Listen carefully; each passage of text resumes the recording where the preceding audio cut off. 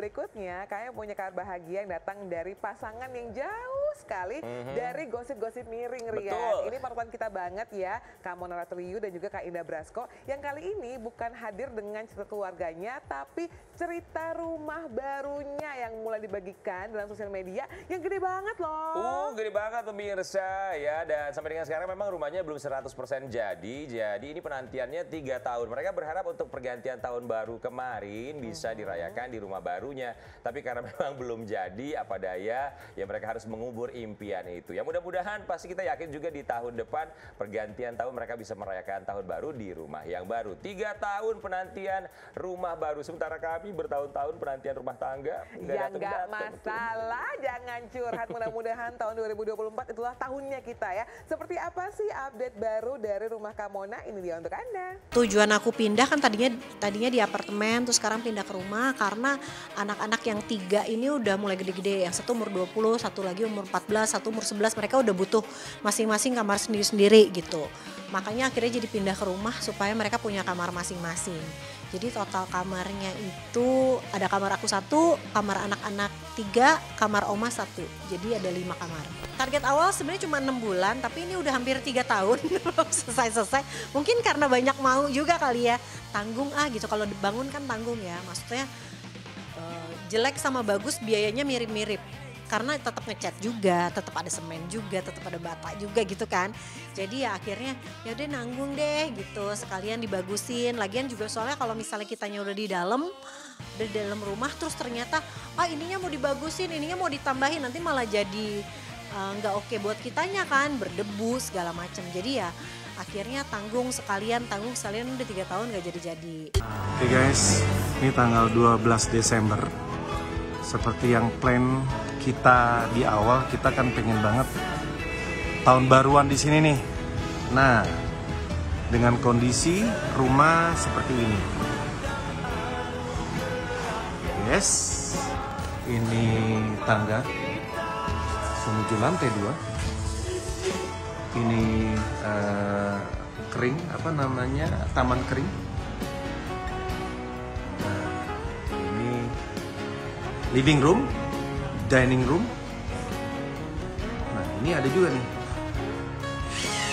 kitchen kita masih ditutup. Inspirasinya sih memang kalau kita nginep di villa tuh kayaknya seru gitu ya. Jadi ya pengennya suasananya kayak gitu karena aku sama keluarga semuanya tipe orang yang betah di rumah. Jadi memang pengennya rumahnya dibagusin supaya makin betah di rumah. Konsepnya tuh sebenarnya lebih ke resort kali ya. Jadi ya karena ada kolam renang juga di situ. Terus kita tuh nggak suka banget sama konsep yang mewah karena konsep mewah tuh lumayan bikin kaku gitu loh. Kayak ngobrol tuh tersekat gitu loh kalau misalnya terlalu gimana gitu. Jadi kita lebih ke pengennya hangat, banyak unsur kayunya.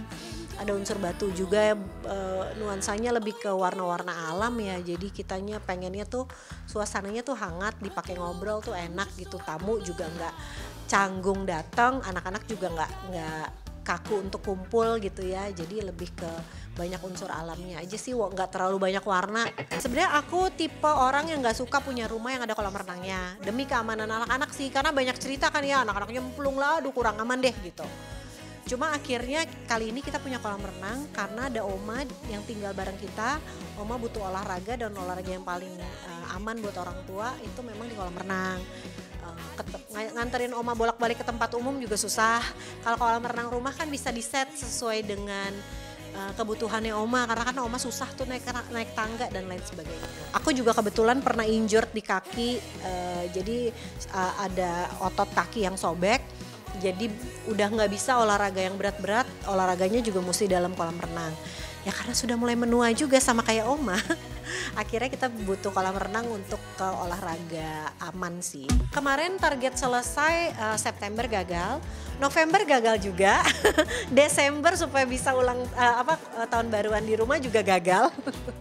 Jadi ya udah sekarang agak pasrah karena ternyata finishing terakhir tuh kecil-kecil, nggak kepikiran tapi lumayan lama gitu. Kayak misalnya sekarang ngecat, dicat warnanya salah, pilih lagi gitu tuh ternyata lumayan makan waktu yang agak lama ya. Jadi ya agak pasrah aja sih, walaupun kayaknya gemes gitu soalnya cuma tinggal dikit lagi, cuma ya udahlah.